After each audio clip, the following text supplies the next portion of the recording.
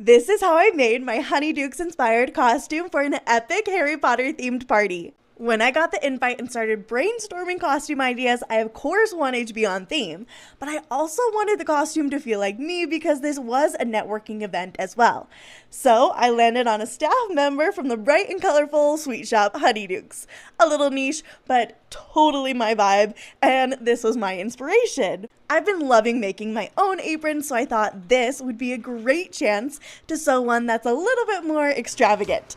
Plus, once I realized I could make a cake headpiece, I was sold. To give you an idea of how long this project has been in the works, I sourced my fabric from Joann's, RIP, and then I just dove in.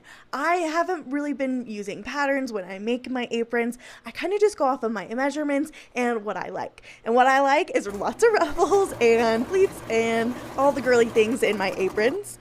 And I really wanted this to be more costume-like. So I really made two aprons. One that was like a much fuller skirt, and then I made the gingham apron that I laid over top of the first one. Okay, once I got the apron in a good place, I started working on the cake headband. I wanted something a little bit smaller that would fit on a headband rather than like a cake hat.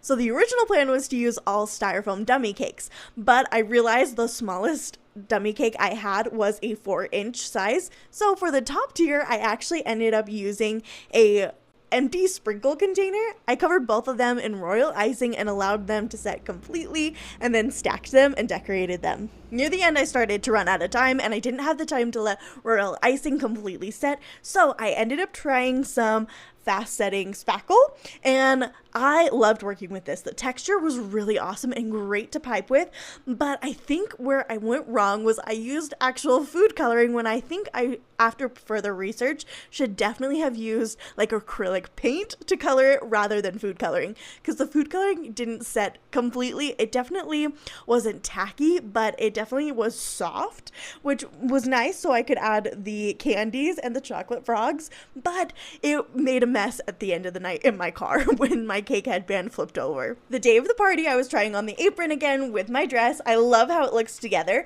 but I decided I wanted to make a couple adjustments. The ties were a little long, especially because I decided I didn't want to tie it in the front. I wanted to tie it in the back, so I needed to shorten the ties, and then I also wanted to bring the waistline up. It wasn't quite hitting right, so I just unpicked those stitches and restitched it together. Really happy I did this because it went from a little awkward fitting to perfectly fitting. Then I very carefully hot glued my cake onto my headband, a little precariously, but it totally worked. It was definitely a balancing act, but I absolutely adore of how this came together, and it felt so special.